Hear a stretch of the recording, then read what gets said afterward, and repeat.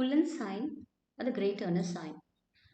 कुलन sign किसको कहता है? It's a discoloration of the abdomen और द पेरिअम्बिलिकल एरिया।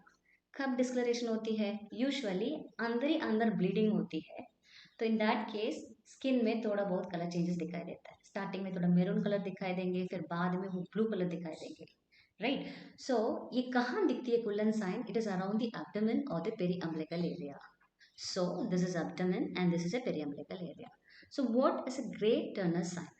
So ये भी सेम है, इंटरनल ब्लीडिंग हुआ है तो स्टार्टिंग में तो मैरून कलर दिखती है क्योंकि हीमोलाइसिस हो रही है, और धीरे धीरे ब्लूइश डिस्कलरेशन दिख देता है। इसी को बोलते हैं एकाइमोसिस भी कहते हैं, because it is bluish discolouration.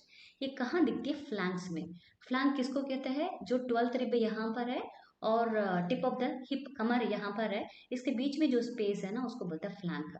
ये फ्लैंक में ब्लूइश डिस्कलरेशन दिखाई देगा, that is called as a Grey Turner. That's a big difference, और कुछ है ही नहीं, दोनों में इंटरनल ब्लीडिंग होती है। ओके, माइट बी कहीं से हो रही है इंटरनल ब्लीडिंग, बट जो पेरिअम्बिलिकल एरिया में जब होती है उसको कुलन साइन कहता है, जब फ्लैंक में जब ब्लीडिंग होती है उसको ग्रेट टर्नर साइन कहता है। Okay, Cullen sign is named after the Thomas Stephen Cullen. So Thomas Stephen Cullen is a gynaecologist. Ectopic pregnancy के बारे में बात किया होगा, I mean you would have heard about that. Ectopic pregnancy किसको कहते हैं? यूट्रस में ही वहां पर जो फर्टिलाइजेशन होता है, बच्चा बनता है ना, और प्रेगनेंसी पूरी होती है। कभी कभी वो यूट्रस छोड़कर कहीं और भी हो सकता है, जैसे फेलोपियन ट्यूब है कहीं ओवरी में, तो वहां पर कहीं हो गया होगा और बढ़ते बढ़ते वो फट जाती है ना, फटने के बाद तो इंटरनल ब्लीडिंग तो होगा ही होगा।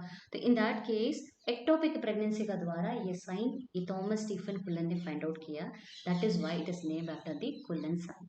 Okay, what about the Grey Turner sign? एक ब्रिटिश सर्जन ने फाइंड आउट किया था ये, इसको जॉर्ज ग्रे टर्नर, उसके नाम पे ही ये वाला जो साइन दिखाई दिया। Okay, what are the differences and what does it indicate?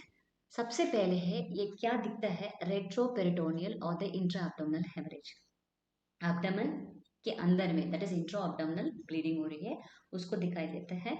और दूसरा किसको दर्शाता है? रेट्रोपेरिटोनियल। पेरिटोनियल क्या होता है? एक जैसे झिल्ली बोलता है ना, तो उस प्रकार की एक पतला झिल्ली होती है जो एब्डोमेन ऑर्गन्स के ऊपर वो कवर किया जाता है। बट बात है जो पेरिटोनियम के पीछे में, उसको बोलता है, I mean behind the peritoneum is called as a retroperitoneal. So if there is going to be some bleeding from that side, it is called as a retroperitoneal bleeding, otherwise intra abdominal haemorrhage. ये दोनों sign उसी को ही दर्शाता है।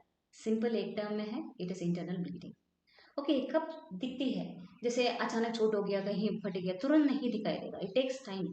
24 घंटा से लेकर 48 घंटा लगते हैं इसको बनने के लिए। और कुलन साइन हो सकता है वो ग्रे टर्नर साइन के साथ हो, मतलब फ्लैंक में भी दिखाई दो। ग्रे टर्नर साइन कभी कभी कुलन साइन के साथ भी दिखाई दो। कुलन साइन किसको कहता है?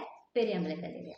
सो दोनों साथ साथ पैरेलली आ सकते हैं, दिख भी सकते हैं। तो कारण क्या है? सबसे पहले जो कारण है ये अक्यूट पैंक्रियाटाइटिस के कारण है।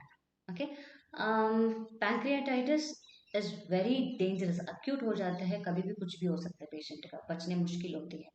सो जब वहाँ इंटरनल ब्लीडिंग हो गया, मतलब पैंक्रियाटाइटिस के कारण से वहाँ सूज गया, उसके कारण से फट गया, मीन्स लाइक रप्चर हो गया, होने के कारण से वहाँ जो ब्लड में जो मीथेन एल्बुमिन होता है, मीथेन एल्बुमिन क्या होता है? उसमें एल्बुमिन भी है, हीम भी है, ये दोनों के कारण से जो क्या होता है वो फट जाती, तो क्या होगा?